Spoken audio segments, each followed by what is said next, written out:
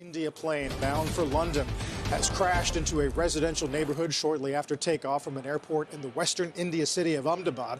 Aircraft was a Boeing 787 Dreamliner. The spokesperson for the airline tells NBC News the jet was carrying 242 people, including 12 crew members. Shares of Boeing down sharply on the news of the crash, although, as Joe said, guys, at this stage of any kind of aviation disaster, you really are blind to details and news, although there are a fair amount of pictures and video of the crash where obviously there were some residents of the neighborhood who were likely killed. Yeah, I mean, the crash site would seem to indicate that. And watching firefighters, for example, being putting out fires in a residential building. Yeah, we don't listen. You don't know, but it is reminiscent of other tragedies. And, Boeing really only at the end of dealing with many of those that occurred. So we'll just have to wait and see. There's no real answers at all at this point, only questions. Right. And so this is the worst accident for this type of plane, right? This is the most advanced wide-body airliner. And, it's reminiscent of 2018, 2019, which was when the Boeing fatal crashes, where it was more on their shoulders, and they're still sort of dealing with the damage and the fallout. I guess the question, which we don't know, and we've repeatedly said that, is this an isolated incident, or was there some bigger problem with the aircraft or with the engine, which is made by GE, whose shares are also a little bit lower, in the pre-market? Or is it pilot error, which is always a possibility? You don't know. And no reports, I don't think, of survivors as yet. But we'll obviously monitor that and are thinking of them. There have been some reports of a Mayday call upon takeoff. Our Phil LeBeau has been able to confirm that for now. Street hasn't really had much of a reaction in terms of research, although Morgan Stanley this morning does write, in our view, this event derails the positive momentum on Boeing stock, and we expect the news to be negatively received. At this time, they remain equal weight with a price target of 200. Let's get to Phil LeBeau with more on what we know at this early stage. Morning, Phil. Hi, Carl. As you guys mentioned, there are more questions than answers.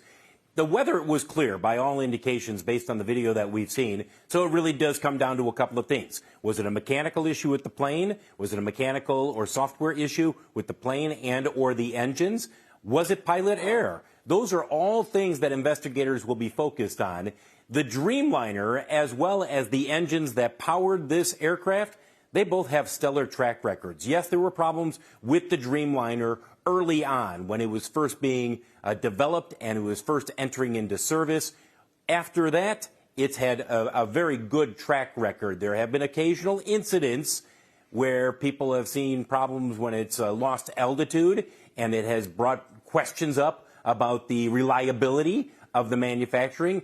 But none of that has ever been borne out with proof that there's a problem with the Dreamliner. As for the engines, which are made by GE Aerospace, they have a great track record. The GE NX-1B engine it was essentially designed for the Dreamliner. It has a strong track record. So with that in mind, investigators will get the cockpit data recorder, the voice recorder. Those will give the biggest pieces of information that will immediately be able to say to investigators, okay, we think this is one of the primary causes for the accident. In the meantime, for investors, you know that when there is an accident, shares of the aircraft maker or the engine maker, they always sell off. Adding to that this time is the fact that both GE and Boeing have seen their shares really increase over the last year. And there's already been talk about perhaps a bit of a pullback is due for those stocks. So that may be contributing to a bit of the sell-off today. Again, guys, we should get more answers in the weeks to come. I don't expect them to get the cockpit data recorder and voice recorder within the next 24 hours. And even if they do, it's going to take some time to analyze it. It's going to be some time before we get some indication of what happened with this plane crashing shortly after takeoff. Phil, the early last year incident they had, thankfully no fatalities, where that door flew open. That was a different model. Yeah. That was 737 MAX. Correct. It was a 737 MAX-9, and that was a completely separate incident. That was an Alaska Airlines aircraft where the door plug came off in flight because it had not been properly attached. So that was but Sarah, you bring up a good point. all of this raises these questions that are going to swirl around Boeing for some time to come, even as Kelly Ortberg and his team have made strides, have improved manufacturing processes. And that's been the commentary from airline executives, FAA people who are in there working with Boeing. All of them have said that Boeing has made strides and is improving. But you know how this goes. After the string of incidents we've had over the last several years, it's going to take more than several good months for investors and the general public to say, okay, that was a one-off. I'm confident in Boeing. Meantime, Phil, I mean, we watched the continued battle between Boeing and Airbus. I'm sure Airbus didn't plan this, but they did roll out some revised 20-year demand forecasts today. Yeah, and what you're seeing is what everybody expects. You are going to see continued growth, not only for Airbus, but also for Boeing and for all of the suppliers within commercial aviation.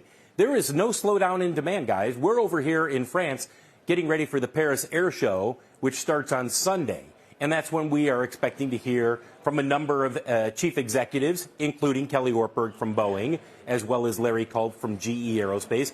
Interesting to see whether or not they will come here. Oftentimes after a tragedy, CEOs don't want to be going to an event and saying, hey, we got a lot of orders. It's poor form. It doesn't look good. So we'll see if they will be here or not.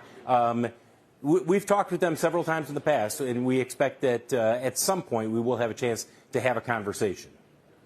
Heartbreaking beyond words is how the Indian Prime Minister Narendra Modi described it today. Phil, thank you. We'll look to you for any updates.